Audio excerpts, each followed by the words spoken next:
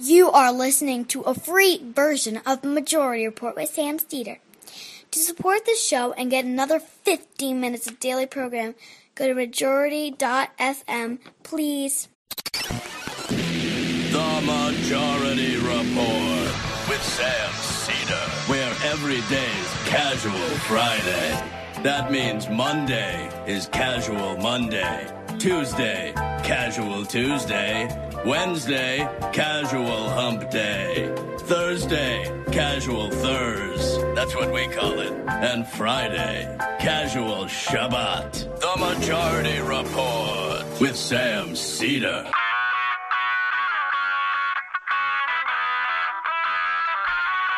It is Friday, March 8th, 2019. My name is Sam Steeder. This is the 5-time award-winning Majority Report.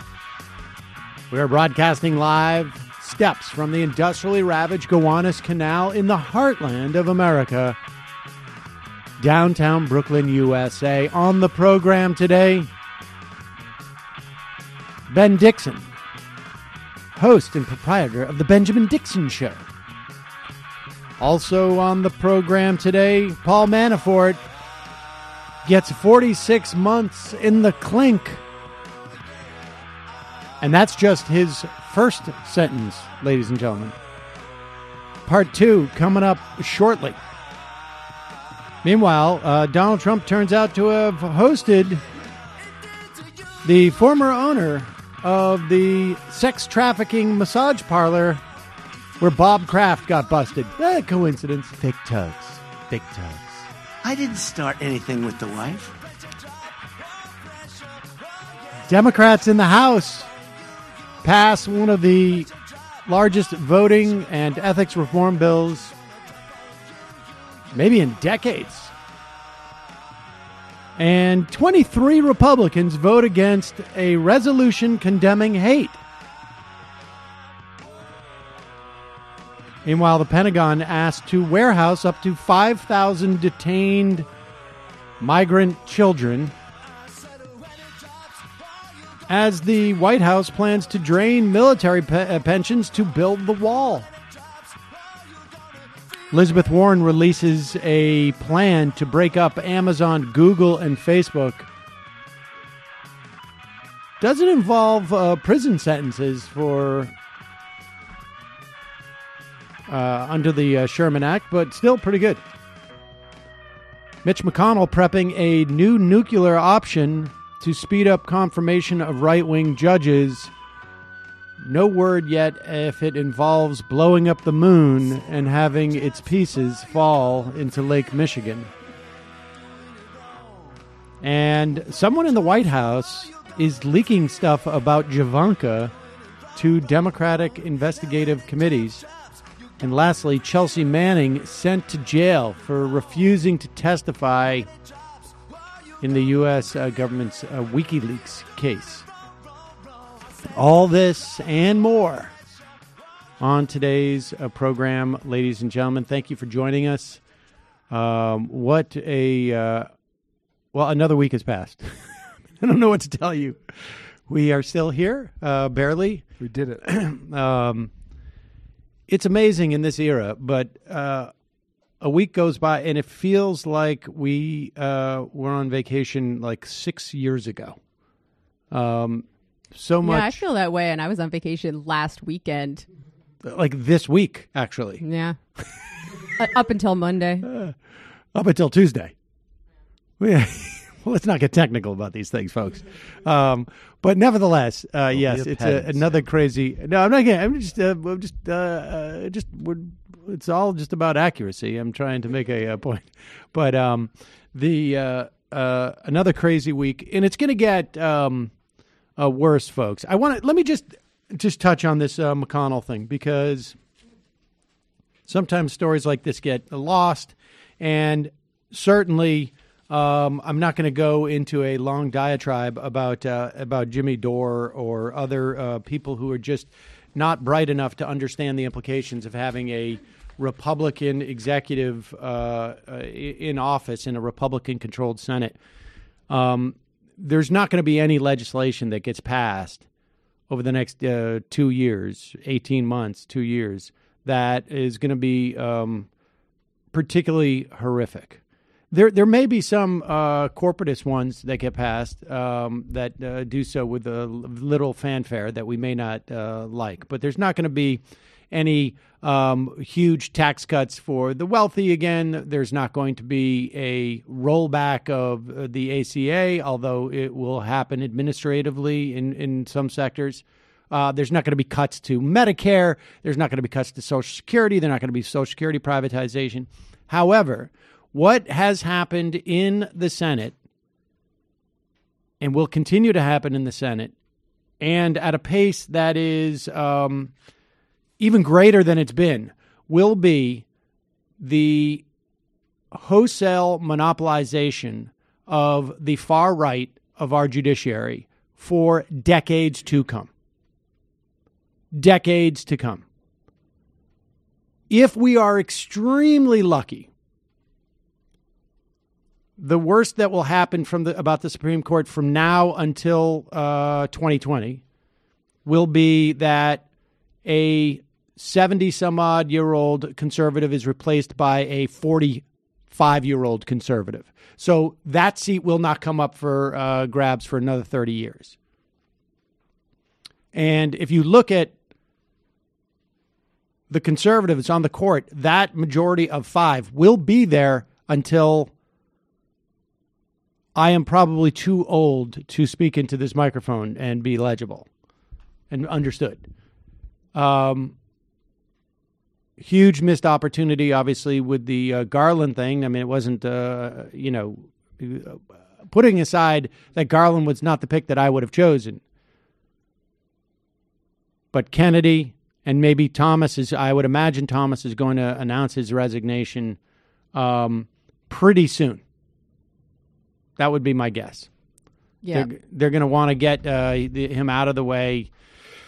Although McConnell may not, it certainly will not slow things down because it's 9 months till an election, whatever it is. But Roberts is probably going to be the next out unless something tragic happens and one of the 4 on the left side of the court, I guess, the liberal side of the court, has to resign. And even these 4 are not,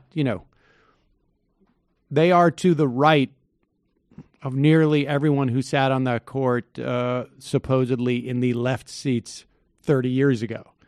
But nevertheless, the other aspect of the judiciary is not just the Supreme Court. It is the Federal Court of Appeals in various districts, circuits around the country. And Trump has filled these spots at a pace that is completely unprecedented, at least in the last 4 or 5 presidents, so 30, 40 years, at least. And they are as radical as maybe we've seen in the modern era. They are much more reminiscent of justices that we would have seen in the 1890s, let's say, or the early 1900s. Who viewed such things as Social Security as unconstitutional. I mean, these people are extremely radical. They come in slightly different flavors. Some are convinced that we are now living in a full-on socialistic, communistic state. Others think that we're living in too profane of a world, and they're theocrats. But they're all extremely radical on the conservative end. And what Mitch McConnell has done is he got rid of the filibuster when it came to the Supreme Court justices. Completely predictable, although some people thought it was equivalent to the moon falling in Lake Michigan. Completely predictable. And Mitch McConnell also got rid of blue slips, which was a rule that basically said a senator from any given state could basically refuse to give their sign-off for a judicial nominee in that circuit that includes their state and prevent a lot of judges from sitting on that court. The Republicans used this throughout the Obama administration, repeatedly. Kept a lot of judges off the court. McConnell no longer recognizes that practice. The latest reporting is that McConnell will now invoke a new nuclear option by reducing the amount of time for debate over district-level judicial nominees from 30 hours to 2. So one of the ways that Democrats have tried to slow McConnell's role here, and particularly since Chuck Schumer was basically told, I think, by his caucus, you got to stop making these deals that allow all of them to walk through, that they would require 30 hours of debate. And, 30 hours of debate, it's not from this morning at 10 a.m. till tomorrow at 4 p.m. It is 30 hours in which the Senate is in session. And on any given week, there may only be 30 hours of session time period. Probably, I don't know, maybe even less. And so this slows the pace in which judges can be confirmed. However, if you change the rules, which McConnell can do with a simple majority vote, that will basically just make it the path to confirming all these much easier. So this is going to be, highly problematic for my kids. That's how long the impact of this is going to be. As far as I'm concerned, court packing should be a question asked of every single presidential candidate right now. The problem is, and Eric Holder actually came out in favor of that today. I think ultimately court packing will bring about hopefully some reform with the Supreme Court on 18 years. But it's unlikely, and it's possible the Senate could add, to the circuit courts around the country. Certainly the Republicans were trying to reverse that. During the Obama administration, they tried to eliminate 3 positions on the D.C. Circuit Court so that Republicans could maintain their parity with the number of Democrats on there, because there was 3 or 4 vacancies. It's conceivable that but it's not just for presidents, right? This would be for Democratic senators. Will you vote to expand the number of judges on these circuit courts? But it becomes you're opening a can of worms. The best thing to do is to win elections consistently over time, and make sure that you have the ability to vote for these to confirm these judicial nominees. And frankly, the left does a very bad job because they don't seem to understand the importance of the judiciary, as exemplified by people who poo-poo it. There is nothing akin to the Federalist Society in terms of basically training and reproducing these judicial candidates and providing on day one the president with a list. Here's 50 people who should be getting the first 50 circuit court or district court appointees, and here's a list of people on the Supreme Court. It is just simply that the left, broadly speaking, doesn't take this stuff terribly seriously. I think that's going to change over the next 15, 20 years when they start to realize, nothing we pass. Oh, it's changing now, I think, already. I think there are plenty of people on the left who take it seriously. I think there are structural barriers to it, and maybe some people didn't take it as seriously as they should have, but it's more complex than that. But it takes, people can say I take it seriously, but it takes literally, decades to build an infrastructure. And when Cenk Uygur was a young lawyer 25 years ago, I think he was a member of the Federalist Society, right? There is no equivalent on the left. And I'm not just talking about, voters or the commentariat. Also, institutionally, there needs to be more appreciation on the left of the judiciary. That will happen. It's going to take 10 years from now when we have, President Ilhan Omar. Ilhan Omar trying to, She is the new stand-in. I don't care, by the way, if whatever the amendment is that bars her, but she's my new ideal stand-in. Right. It's no longer AOC. Right. It's President Ilhan Omar. Okay. Yeah, we'll change the rules. Whoever it is as president there, when they start to pass the Sharia laws and the so I've been working for. The court says you can't pass that this is unconstitutional. That's when I think you're going to see a lot more activity. We packed the court so we can implement Sharia. Right. Nice. Right. Yeah, well, awesome. Court packing and term limits are two shorter term solutions to the damage that's been done to the judiciary. I'm importing the Grand Mufti all the from options on Egypt. the table. All right. Let's turn to this before we get to Ben Dixon. I have to tell you that I know there are times where I don't get too emotional in situations like this, but I found this really moving. Meghan McCain has been taking Ilhan Omar's comments, and it has been really devastating for her. Can I just ask before we do this? All the things that are said and go back and forth, and Meghan has been really, really strong, throughout this entire period where we have seen such an increase in hate groups and in physical violence and by the right, and she has been a real trooper. But she's never prevaricated. I mean, any single instance, whether it's Trump or whether it's an incident I'm just saying that she has been totally bucking up. 100% opposed to all forms of bigotry.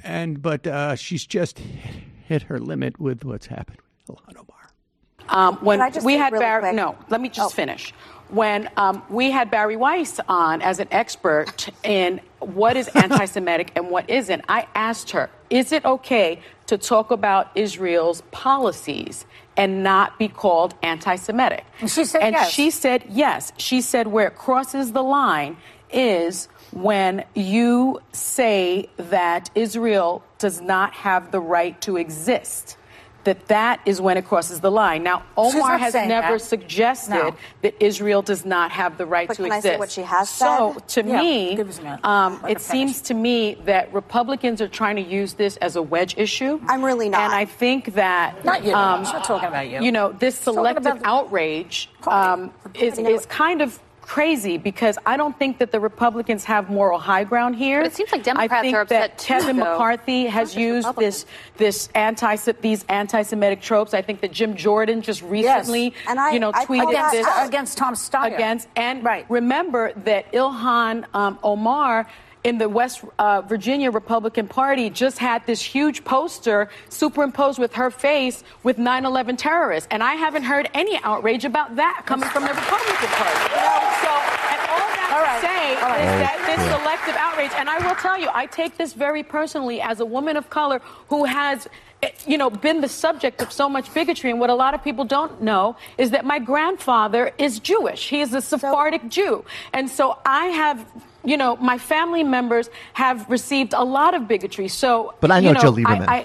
I've experienced firsthand in my family anti-Semitism and bigotry for being black. And so I just, this whole, thing, Sonny, I think it's just a distraction. All right, pause it for 1 second. That is Sonny Hostin, who is now like my favorite daytime talk show. You are such a relentless self-hating Jew. Comfortable with me speaking now? Hey, pause it. Well, you got to go back because really now so Meghan is trying to interrupt Sonny throughout this, and she can't. And even Abby Huntsman was trying to interrupt Sonny throughout this, and she can't. Sonny just blew through her. And so I have a feeling the fact that Meghan was, feels ganged up on by Joy and Sonny. I mean, this is so silly that we're talking about this, but millions of people get their perspective on these things through this. I mean, The View is so much more effective in getting a political message across than this program that it is impossible for me to even contemplate. So this stuff is relevant. And so Sonny and Joy are basically, taking the lead here. And I think that's as much of a reason why Meghan McCain gets so emotional here than anything else. Watch this. And so I just, this whole, thing, Sonny, I think it's just a distraction. Are you comfortable with me speaking now? Letting someone Are finish you comfortable feels with me like being rebutting now? interrupted. Yes. Okay. So she also said Israel has hypnotized the world, suggested that Jews in Israel have bought U.S. politicians all about the Benjamins, implied that American Jews have divided loyalties, and it's okay for people to push allegiance to... Pause it. None of this is true. The only thing she did say was that Israel has hypnotized the world. And I would take issue with the word hypnotized, because really what they have done is sent out squads of former Mossad agents in private organizations to change and to intimidate, literally to intimidate people who critique Israel in this country. That's not hypnosis. In many respects, it's worse.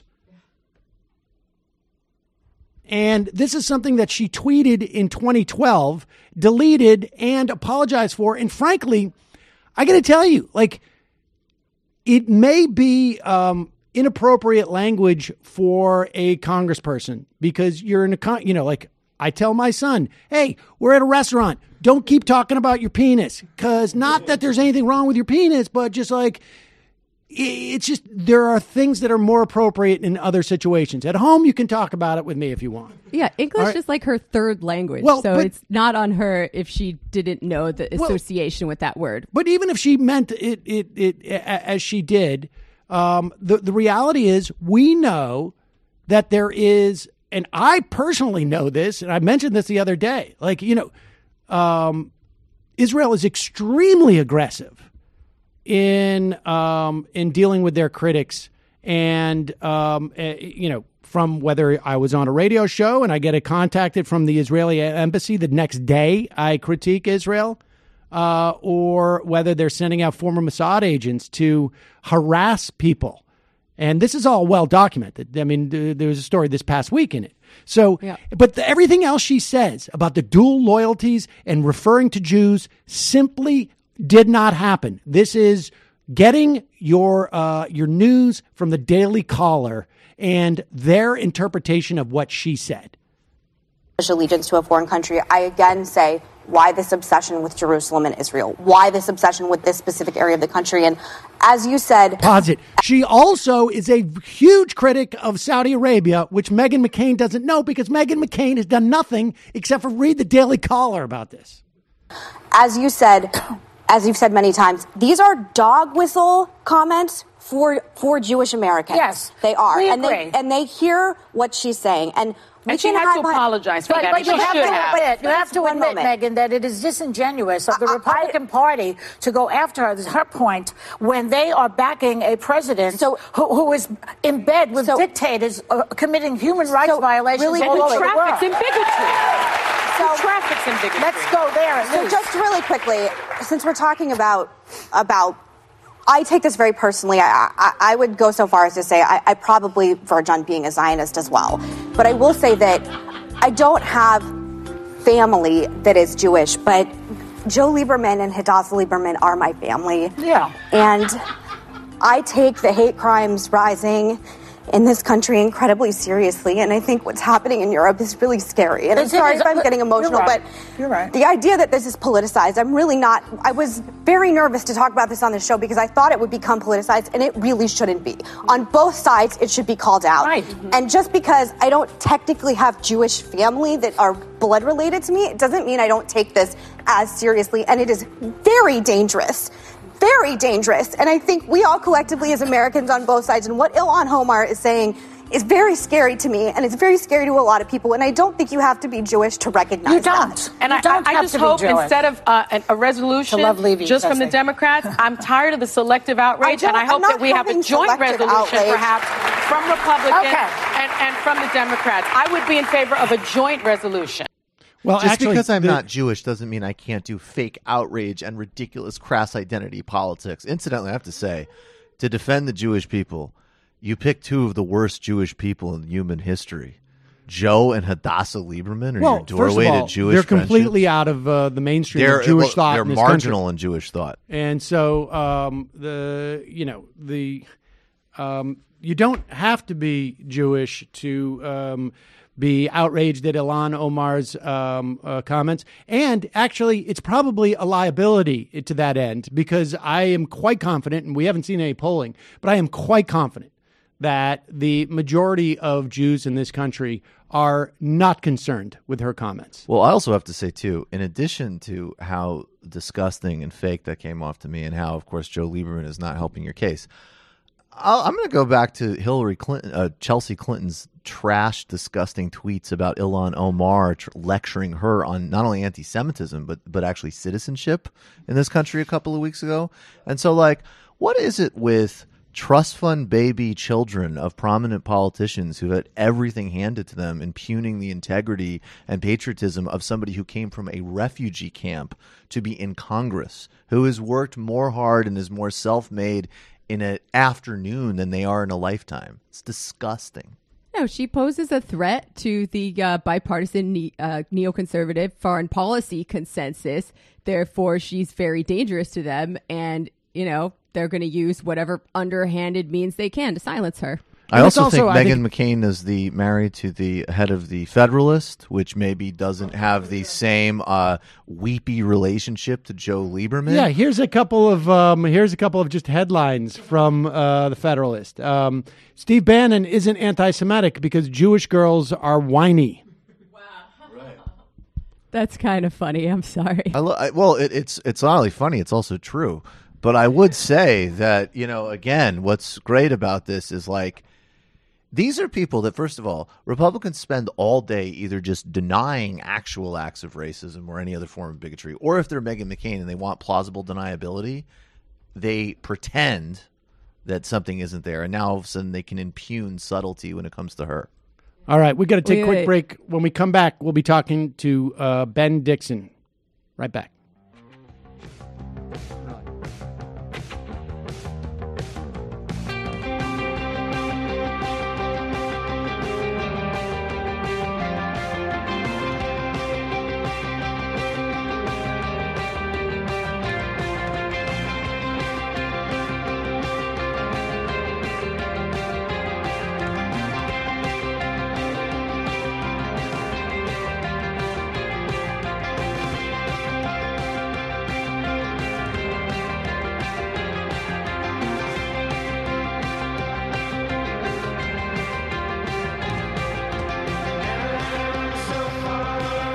Infrastructure, no bumps in the road.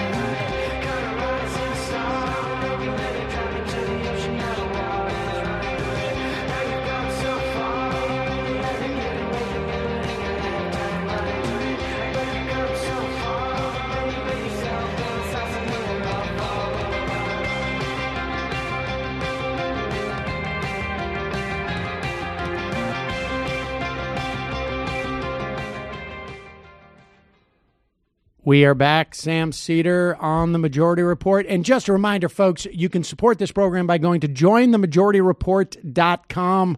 Jointhemajorityreport.com for just a couple of bucks a week. You get the bonus show and you support this free show. And on the phone, speaking of show, the proprietor and host of the Benjamin Dixon Show, Ben Dixon. Welcome to the program, Ben. Hey, Sam, thanks so much for having me, man. It's always a pleasure. Always a pleasure to talk to you as we look back on this week. I guess the big news, obviously, yesterday. And there's two things. I mean, we were just talking about the Ilhan Omar situation, which ended, I think, fairly well, relatively speaking, for the Democrats, insofar as they ended up passing a bill against hate, which is always, you know, nice sentiment. 23 Republicans found it inappropriate to to speak out against bigotry and discrimination, but I guess that's the way they roll. But the problem, the biggest problem for me with the whole Ilhan Omar stuff is that it stepped all over the passage today of H.R. 1, which is a great bill and should be, you know, has the whole host of, first off, it is one of those things where it's hugely important for democracy to make these reforms. And it's also something, a structural change, because we know the more democracy you have, the better the Democrats do. This is something they should have always done, and it should be SR1 in 2021 if the Democrats take the Senate as well. But give me your sense of this bill. We can go through it a little bit. Yeah. I mean, there are some key components to this bill that progressives we've been screaming for some time. Yep. The national holiday, the automatic registration, exposing and an attempt to get rid of dark money. I think I hadn't really thought about the way you framed it there with the Ilhan Omar issue, kind of treading on this, because this is a significant win, mind you. I mean, it's not going anywhere. Mitch McConnell has made that clear already, and of course, even by some miracle, it passed the Senate. Donald Trump is not going to sign it. Even though he did run on draining the swamp, and this bill actually is a move in the right direction, even for his false promise. But here we are. I mean, this is an opportunity for Democrats and progressives to signal what 2020 will actually look like. And I think that's the biggest takeaway from this is like, we can show America that once Democrats get back in power, ostensibly, they will move forward with this type of campaign reform. Yeah, this thing, you mentioned that it makes a federal holiday of voting. So only federal workers would get off, but there would be an option for private sector. It would provide same-day registration, 15 days of early voting across the board. This is something, to have this stuff sort of standardized. Right. It would provide automatic or online registration. Right. It would deal with the what do they call it, the caging, where they would crack down on efforts to jump people off the rolls. It would require paper ballots. It would reinvigorate the Voting Rights Act, which got decimated by the Supreme Court. It would, campaign finance. It would enhance the Disclose Act. It would do a new matching fund program. And then it would, there's a whole host of ethics things too, like release your tax returns. You can't serve on corporate boards if you're in the House. You can't use taxpayer money to pay penalties for employment discrimination. Supreme Court would get a code of ethics, which is absurd that it doesn't now, but you have someone like Thomas and his wife exactly. Yep. Yeah. And it would deal with foreign and domestic lobbying. I mean, this is all good stuff.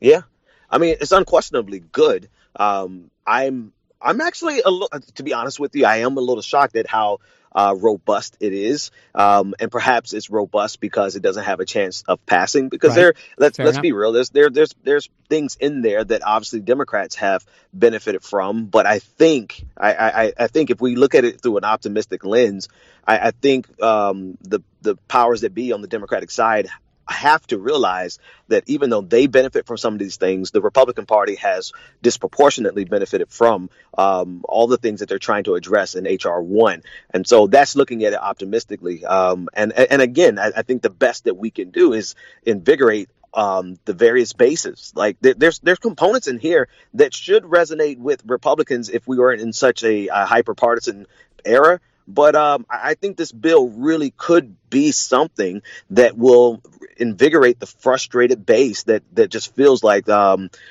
this is all rigged. Well, here's a piece of legislation that literally addresses some of the most critical components of our broken system. Right. I mean, one of the things that Donald Trump ran on, right, was this idea of like, I'm not going to have to take their money because I got my own money. Yeah. And that was something that, we forget about this. But as you're saying that, I remember so many news stories were about how people were like, he is not going to be subject to big money. Right. And to have a 6-to-1 matching funds for federal elections, that goes a long way to balancing out the funding from supposedly all those millionaires and billionaires that Donald Trump had convinced his voters, was bad for them, this theoretically should be something that Congress people, that people in the House, when they're running against their Republican opponents, can sell to constituents. And I also add like statehood for Washington, D.C. also in this bill. So it's a whole host of things like that, like you say, if Republicans are never going to sign on to any of this. But the real question is how much of this is, just good for democracy and how much of it is good for Democrats structurally and how much of this is good in terms of a wedge issue. And they're all in there in this bill. Right. Exactly. And the hilarious part of this is it's sad as you have to laugh for not crying. Mitch McConnell labeling this a socialist agenda. And I'm like, never mind the misnomer and the misuse of the phrase, but just these are things that are healthy for democracy, right? These are things that are unquestionably healthy, making it more accessible for people to vote, easier for people to vote, to get money out of politics as much as we possibly can. I mean, literally anything that is not beneficial to the Republican Party now has been reduced to being socialism. And thankfully, that word doesn't have as much thing as it used to, but it just shows a level of desperation in terms of how would they publicly, of course they can stop it, right? But how do they publicly address an agenda this progressive and this beneficial to the common person? Well, they just have to use some common scare tactics. Yeah, and apparently Udall is going to introduce a version of this in the Senate, and it's going to be interesting to see because how Democrats use this on the 2020 campaign trail, both in the presidential election and in the House races again. Because in the presidential election, one of the themes that Elizabeth Warren has started to hit, seems to me, from what I've just read on the campaign trail, is the corruption. Right, like she is running in many respects similar thematically to Bernie Sanders, but within the context of. The problem isn't necessarily wholesale. I don't think Bernie is running saying like a full on, we got to get rid of capitalism campaign. But the Warren more explicitly is saying our capitalism is broken because of corruption. And a huge portion of this are these anti-corruption measures, so you can't get a Chris Collins going around saying like, I've made 4 billion, millionaires in Congress and bragging about it. And, sitting on boards, I mean, people coming in and using the government as simply an extension of their business interests. And so it's going to resonate on both those levels. I don't know. I was just very pleased with the way they constructed this bill. Yeah, no, absolutely. I'm actually shocked. Again, I usually come to these conversations quite skeptical, but I guess I am still coming quite skeptical. But I'm shocked. It made a lot of the things that are in there. I'm surprised that are in there. But I mean, let's take a win and run with it and just run up the scoreboard and all the way to 2020, because I think this is going to be a really strong tool for candidates running in 2020. Yeah, I was just reading a piece where Max Rose, who is the Staten Island Democrat, who ran as being like, a pox on both their houses type of a guy. And he is excited about this bill because, and certainly, if you can get a Democrat who is, I don't want to say conservative, but who is, sort of like that,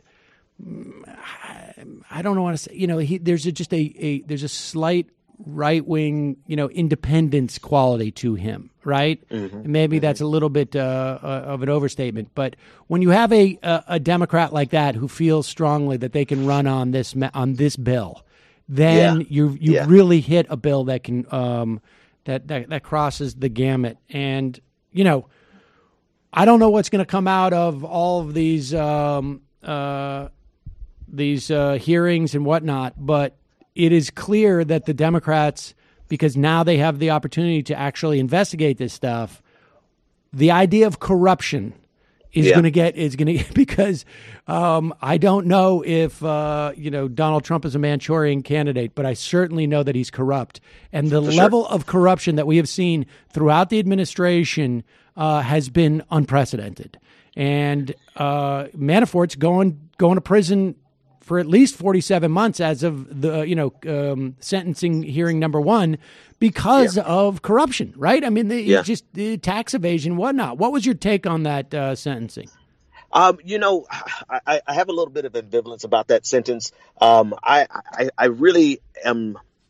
I'm not one to champion the justice system giving maximum sentences for obvious reasons. But at the same time, 4 years seems like quite a slap on the wrist for Manafort. Granted, he's like, what is he, 67 years old? So it's going to be a really hard 4 years for him at that age in prison. But I just felt like that judge really gave this guy too much of the benefit of the doubt, saying, what was this phrase? Prior to this, he had a pristine life or something to that effect. No, he didn't. Right. That's the whole point. You don't just stumble into fraud. You don't stumble into tax evasion. Like, this was a lifestyle for him. And the second part of it is that if this is the sentence that came down, I think we talked about this back in December. This was one of the opportunities for America to have a sense of closure and justice around this entire election. You have like Manafort. You had I can't think of the what is it? The former national security advisor he had. Flynn. You had Flynn. You have all these guys who actually are like extremely high level, close to Trump.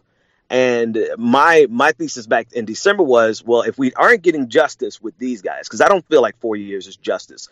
If we aren't getting justice with these guys, then we sure as hell better have some justice lined up for someone higher up than Flynn, higher up than Manafort was, namely the president of the United States. So there's some really strong opportunities that I think for plea deals, I think for cooperation, obviously, that we are missing the opportunity for that national closure because there's so much spin around this. There's so many conversations, like 24-hour news cycle about Russia. And while these charges weren't connected to Russia, it's still within that framework. You know what I mean? So I really do hope that there's some justice coming down the street for America in general, because if not, we are missing the opportunities right now with Michael Flynn. We're missing the opportunities right now with a person like Paul Manafort, who got 4 years for something most. I mean, how many years? What was I forgot the maximum sentence that he could have gotten, but it was at 19. Like they went with the minimum. I think it was something like the standards of like sort of I guess the what do they call it? It's been a long week, folks. The guideline range is 19 to 24 years. Come on. I mean, it's crazy. I mean, here's the problem, right? Like, we have, and the way you fix this isn't necessarily sending Paul Manafort to jail for 24 years at age, 69. Yeah. But that woman who accidentally voted when she wasn't allowed to because she was on probation, she got 5 years.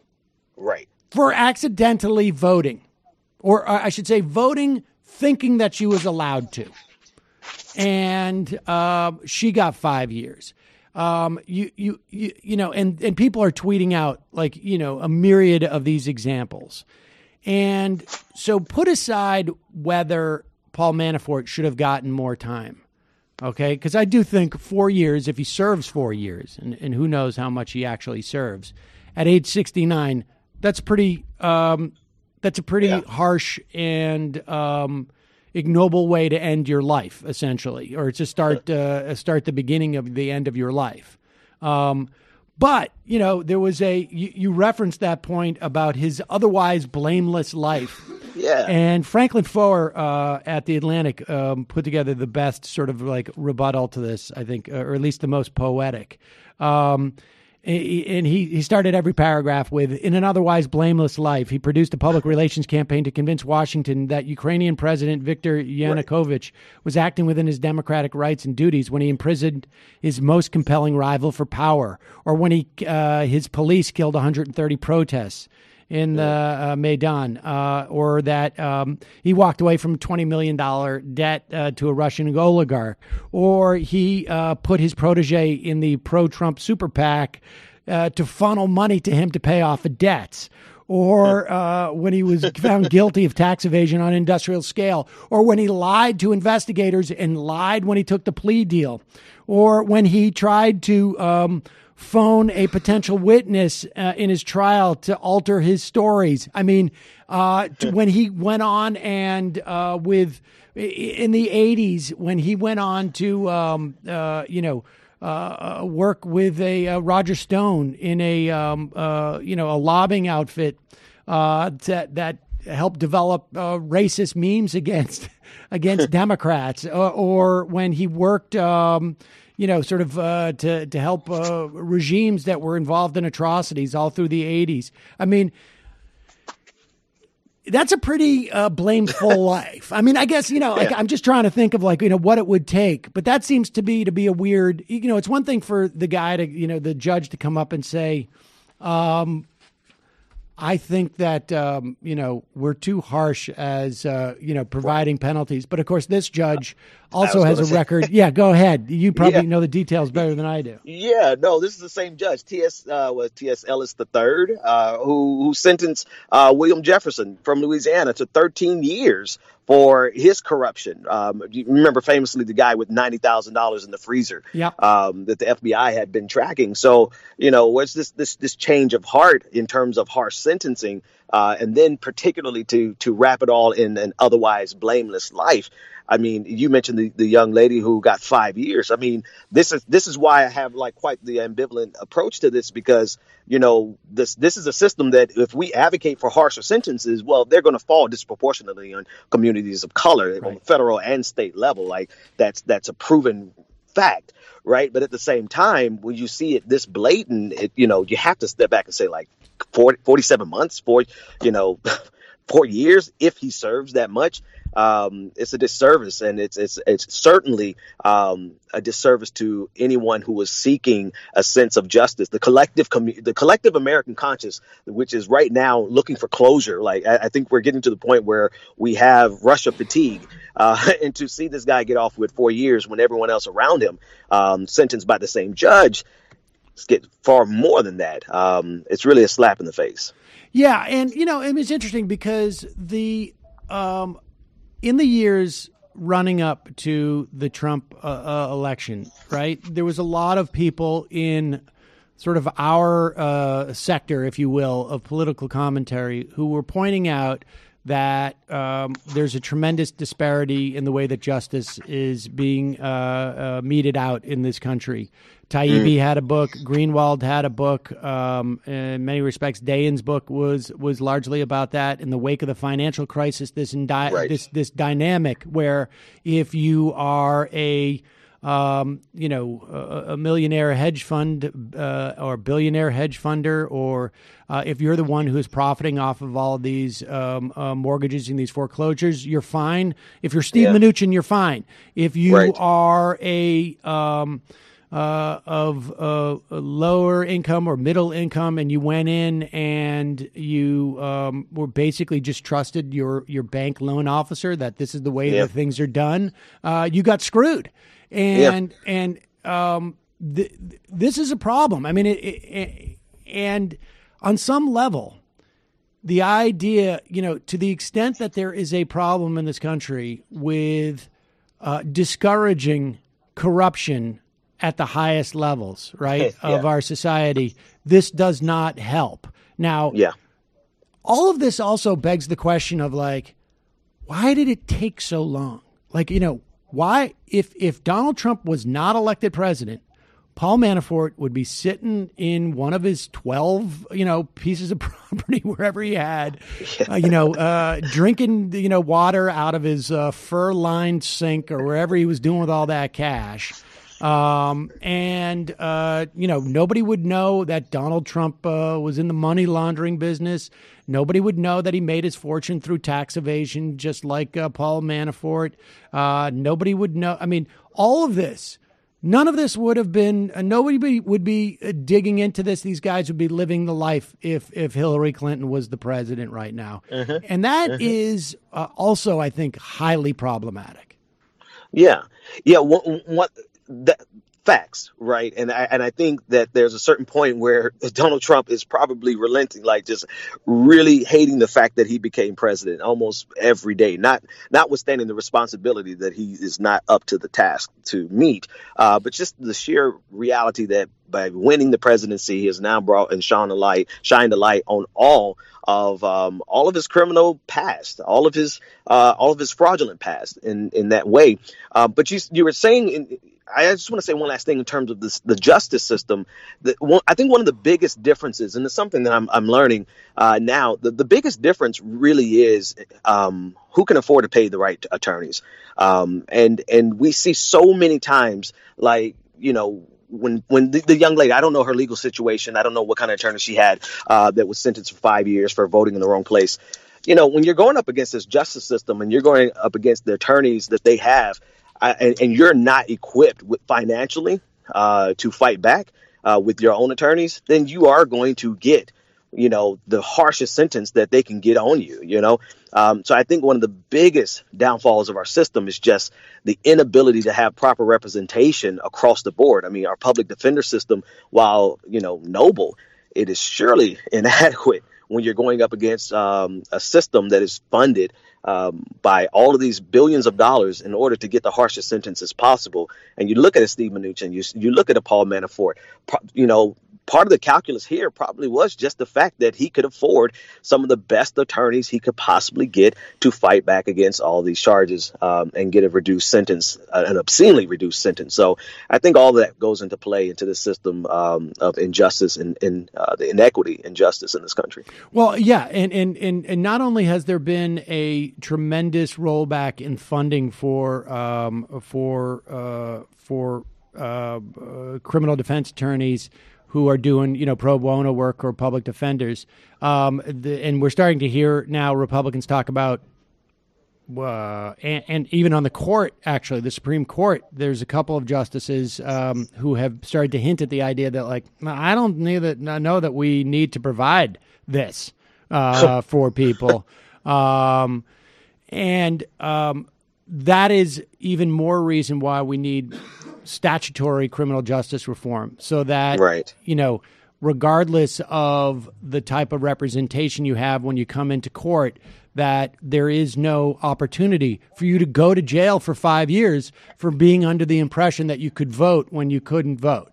Right. Right. It's one thing.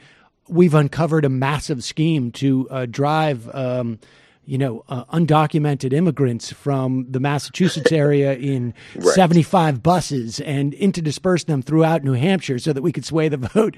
I mean, aside the Veritas from that, Project. It'd be different if the Veritas Project was true, right? Exactly. Right. But when you're talking about one person who goes in and thinks that they're allowed to vote, one way you deal with that is, like, everybody can vote. So you cannot make a mistake about whether you are eligible. There's no reason for there to be these Byzantine laws about if you've served or if you're on probation, et cetera, et cetera. All right, I know you got just a couple of minutes left, but there's two things that I want to talk about, and I want to get your take on either one of them, and I'll give it to you as your pick. One is Warren came out with a plan today to break up Facebook, Google, and Amazon. Or also, I think this is interesting because of just I don't need to tell you why it's interesting in terms of the narratives that are out there, but there was a Morning Consult poll, I think it was on Wednesday maybe, that was released that said Bernie Sanders is leading all other announced candidates in support from black voters. I think, and in terms of unannounced, I think Biden may be slightly ahead of Bernie, but the operative thing is that Bernie supposedly, it seems to undercut the narrative that Sanders does not appeal to African-American voters. your choice on either of those topics, or if you want to do both, we can do that too. Oh man, okay. Let's take the low hanging fruit. Let's take the Bernie Sanders, and the black vote for 200. My take is really this: like Sanders does appeal to black Americans. But here's a problem: the specific set of black people who participate, number one, in the primaries, right? Number two, who participate in the South. I really would want to see it drilled down to primary voters, because if he's going to win, he's got to win in the primaries, right? And he's got to clean up shop through the South. And so while I know nationally, I'm one of his supporters. I've been a supporter since 2015, probably before that. The fact of the matter is, it's like there's a certain approach, there's a certain means of communication, and there's certain pitfalls that he just should not stumble himself into, unforced errors when it comes to the black vote, particularly primary voters. So while we can easily say Bernie is popular amongst black people, yes, he is. How popular is he amongst the Democratic base of primary voters that really, for God knows why? Well, I mean, I know the answer. Biden, you think of Biden, you think of Obama, you think of the good old years. I get it. And I just, for the life of me, I don't know why they would support Biden. But if you look at those primary voters, that's the reason he's not announced that he might be ahead, or he is ahead of Bernie Sanders. So, it's not just about the general election. It's about that primary base of Democratic. I mean, the people who actually go to the convention, right. Those are the folks that Sanders has always had a problem with. And I think that's where he's going to have to do his best work and not have a bunch of unforced errors. Yeah, and I think that, the campaign clearly understands this, right? I mean, he made a point of, right after he announced, saying to, leaking an email he sent to all surrogates, treat the Democratic Party with respect, and as a means of appealing to those Democratic primary voters. He did his, swear to allegiance to the Democratic Party the other day, or whatever that document was. And I think there's I think it's Jamel Bowie who's written that those folks, African American folks you're talking about, have a lot of reason to look at to want to protect the institution of the Democratic Party because for sure. of its history in things like the Voting Rights Act and things like the Civil Rights Act. And go ahead. I mean, and to be fair, like it's rather transactional for quite a few of them. Some of the power players in the Democratic Party, African American power players, they have a transactional relationship with the Democratic Party. Like it has been a means to success and opportunity and platforming. And so, I mean, I think it's unreasonable for people on the outside to look at people who have this allegiance to the Democratic Party and say, oh, you're not doing what's in your best interest. You should be voting for Bernie if you knew what was in your best interest. Well, no, these people actually do quite know what's in their best material interest. And it has been working with and through and around the Democratic Party for years. So I think a part of Sanders' release saying respect the Democratic Party, or at least, play nice. I think that's a baseline that a lot of Sanders supporters, it's a hard pill to swallow. But, if you want Sanders to win, you can't win it through a scorched earth war against the Democratic Party, particularly black folks in the Democratic Party, because they really do hold the keys to the power, particularly through the South in the primaries. So, unfortunately, it just is what it is. And I would also say that not only has there been success transactionally for a lot of, let's say the black community leaders within the Democratic Party, and material benefits for black people, across the board in terms of some, key democratic measures, obviously, with obvious limits and whatnot. But right, for sure. I think the other thing that people need to understand is there's not a lot of other paths, right? The Democratic Party has been helpful to the African American community to a within certain limits. But it's not absolutely. But there's a lot of other institutional outlets for progress for the African American community, and that's not a function of the Democrats. That's a function of America. Right, for sure. My I can't really call him a friend, but we're friendly. Bakari Sellers from CNN. When I had a quote unquote debate / interview with him some years ago, and one of the things that he was excited about was this proposition of Bernie Sanders starting continuing his revolution after the election, particularly because of the amount of support that it would provide for people who would like to be progressive and go further to the left, but can't because of the lack of opportunities to have a support base, a financial support base to actually create a platform that you can work in and work through. So, I mean, it's not only that the Democratic Party has been the primary platform for African-American leaders to be propelled into the national spotlight, but it's also the fact that there's still room for more platforming to occur. But unless it is created and it has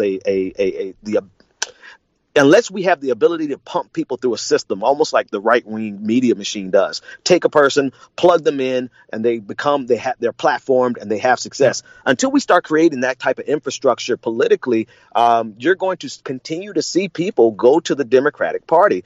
It only makes sense. I quite honestly don't understand why people can't see that there has been material benefit and that these people are working in their best interest.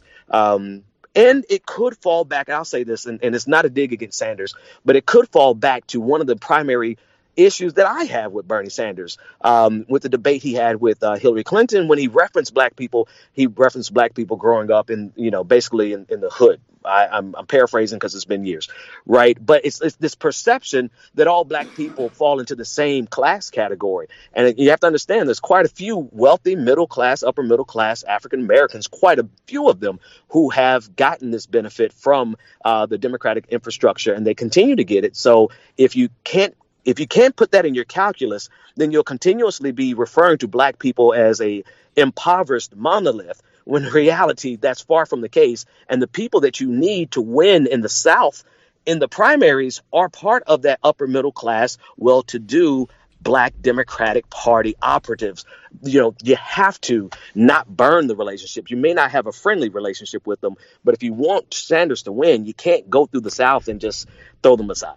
I will just say this. I sat on a panel years ago on the Weekend Show with this guy. I think it's Peebles. I can't remember who it was. He was I think he's one of like Forbes' wealthiest African-American, entrepreneurs in the country. I don't know if he was involved with BET. I can't remember. And I didn't know this until afterwards because we got into a big argument about the estate tax. And he was telling me that the CBC, the Congressional Black Caucus, was in favor of relaxing the terms for the estate tax.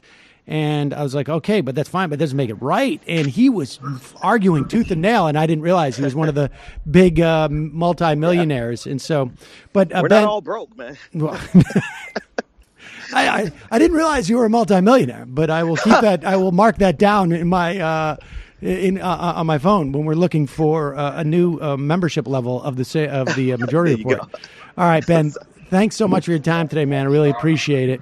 Thanks so much for having me. Ben Dixon of the Benjamin Dixon Show. Talk to you later. Thanks, buddy. There he goes. He had to go at 1, and he was literally going.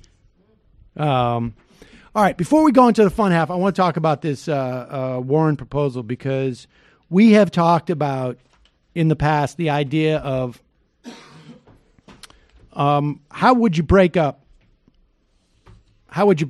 these big companies? And at the time, I think these big tech giants. And at the time, I said, I don't know. I know there's a way. And there are there's policy apparatus that are working on this. And at the very least, this is, I think from anti-monopoly folks and antitrust folks, they would say this is a very measured, somewhat moderate proposal. I think Matt Stoller made a point on Twitter about the Sherman Antitrust Act actually having criminal liabilities as well. But Warren announced the proposal, I guess today she's announcing it. And it calls for the appointment of regulators who would unwind tech mergers that illegally undermine competition.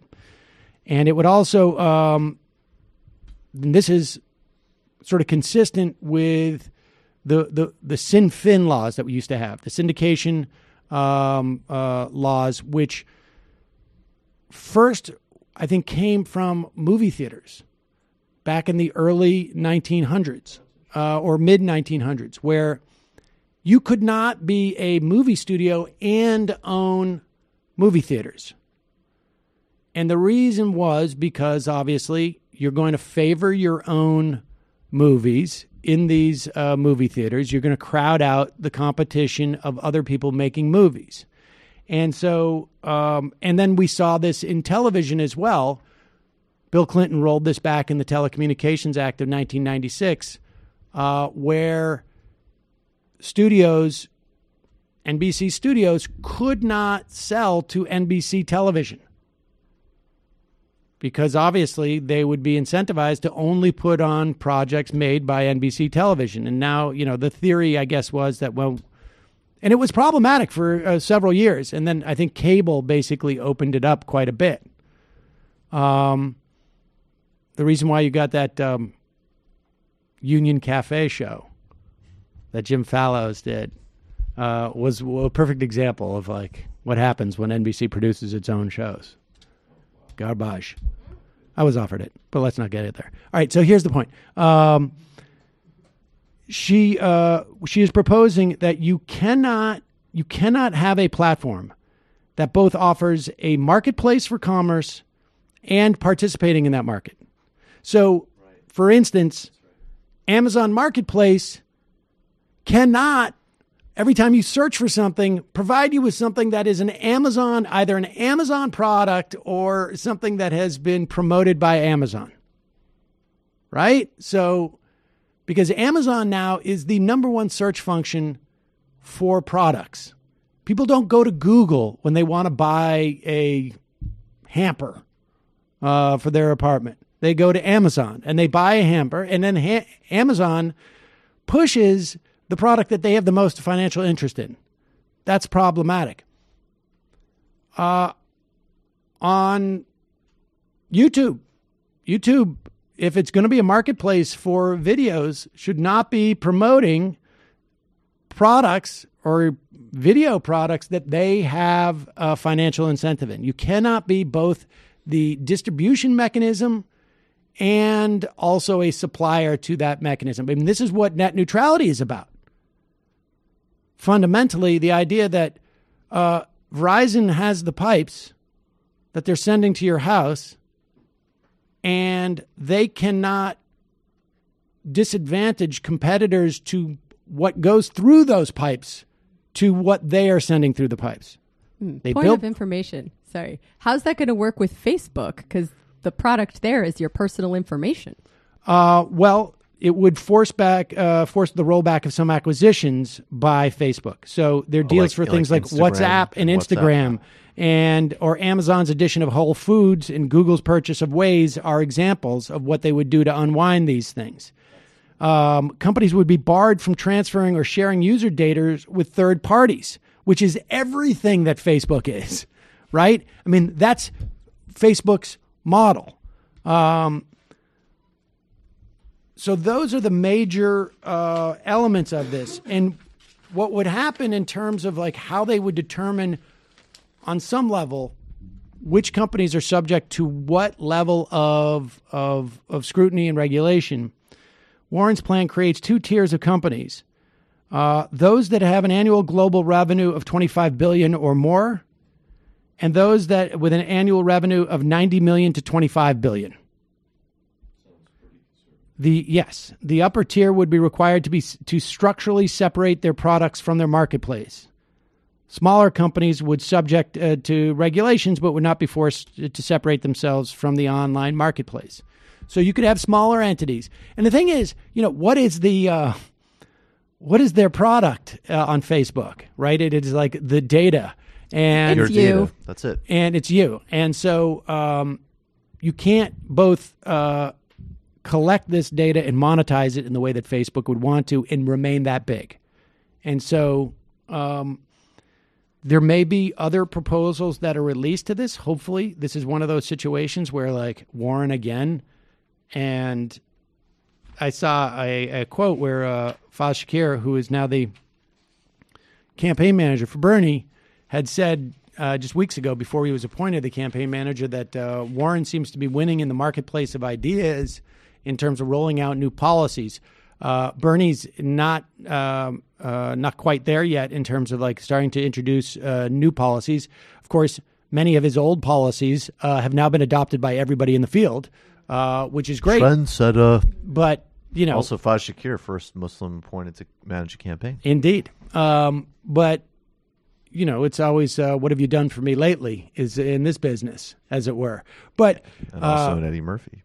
Right. I mean, largely that's what happened, like with Woody Allen with this comedy. Like, you watch a Woody Allen movie now and it's like, oh, all these jokes are old. I hear these everywhere. And it's because they all were basically derived a whole generation of comedy writers. Yeah, that's my issue with watching Woody Allen movies. There's now. other tangential issues. And to be honest, I haven't watched one in a long time. But that's... No, that literally is my issue with Woody Allen. He's not funny. Well, there you go. Well, I don't want to get too sidetracked by Woody Sorry, Allen. let's get here. back the point to Warren. is Warren. But so this is great. I mean, this is exactly in a perfect world. The only thing that's different in a perfect world from this one, where we are seeing candidates try to outdo each other with making government a tool to do good and empower citizens, not as consumers, but not just as consumers, as citizens. Because much of this has to do with democracy as much as it has to do with material benefits for people.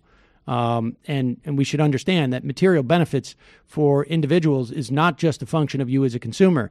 When you have this type of concentration of wealth, there's two things that happen. One being that you lose political power, or they gain too much political power, but also the economy becomes far less dynamic, and you get far less development of new companies. And new companies provide more opportunities for people, both in terms of wage increases and in terms of just opportunity to spread the wealth. So this is encouraging to see this stuff. And this is stuff I feel like Warren would have rolled out 2 years ago if Clinton had been named president, and she would be just championing this in the Senate. Yep, she's going to make a great SEC chair under President Bernie. Precisely. Or Treasury Secretary. Or just be in the Senate and get these proposals in. That's true. I mean, she will be, if she stays in the Senate, she'll be one of the great senators. I mean, that's a given. All right, we're going to take a quick break, head into the fun half. Folks, you could join us in the fun half. Once you become a member of the Majority Report, you can become a member of the Majority Report by going to jointhemajorityreport.com. And when you do, your pennies a day, you're like 50 pennies a day, support the free show and gets you all access. Now, again, I said this before, you just got to have patience with us because, emails back up. But if you are in a financial position where you cannot afford a membership, send us an email. We'll work out a deal with you at majorityreporters@gmail.com. We don't ever lock anybody out for finances. So check us out there. And don't forget, justcoffee.coop, fair trade coffee, tea, or chocolate. Use the coupon code Majority. Get 10% off. I visited Just Coffee a couple of weeks ago when I was in Madison for a wedding. And I went with my buddy, Stephen Sherrill, who is a producer emeritus of the Majority Report from back in the radio days. And Stephen tends to get excited about things, like worked up about certain things. But he was so adamant for the rest of the trip, like, I would have bought their coffee anyways. But now I feel like it's completely disgusting for me to buy my coffee anywhere else. They're such a great company. That's kind of true, though. It is like, true. That sounds melodramatic, but it's correct. That is the right opinion. It was a fascinating conversation I had with a couple of guys, and just in terms of their relationship with the farmers and what they're willing to basically just what their values are. You know, I mean, just it was very, very impressive. And the outfit was also pretty impressive. And looking at a roaster, I'd never seen a coffee roaster before. So justcoffee.coop, fair trade coffee, tea, or chocolate. Use the coupon code majority, get 10% off. Today is Friday, which means that Tuesday was Tuesday. What happened on Tuesday, Michael? Ben Burgess, Logic for the Left. We ran a clinic on how to debate and win. Also, Bernie's launch and Lula's visit to his grandson's funeral. This Sunday, illicit history of Caribbean debt, dependency theory, and Marx with Tom and Isha John from Florida International University. And get your tickets to LA Live show. We're halfway sold out, and we're real close. We're still several weeks out from the date. If I might do, is it okay? I'll just do this, a side plug having nothing to do with me or the show. Please listen to Mehdi Hassan's interview with Cornel West. A reminder of why he's like the best public intellectual we have alive. Hell yeah. Jamie, what's up on the Intifada? I'm so glad you asked.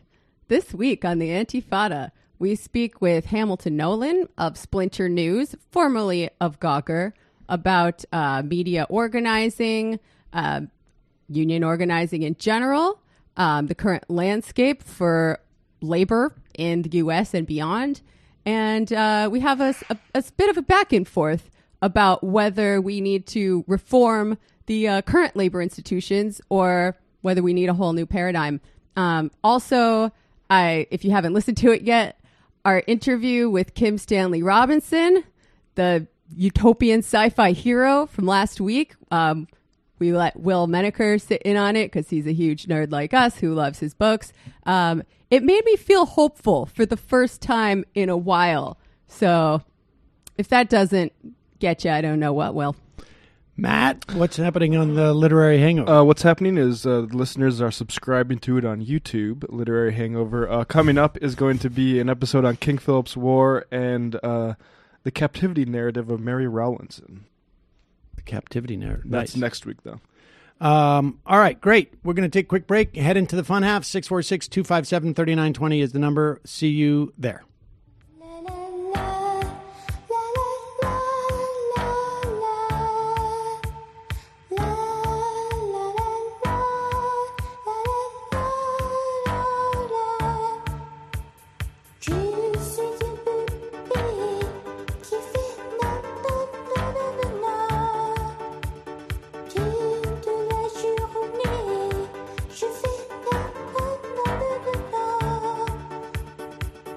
Je suis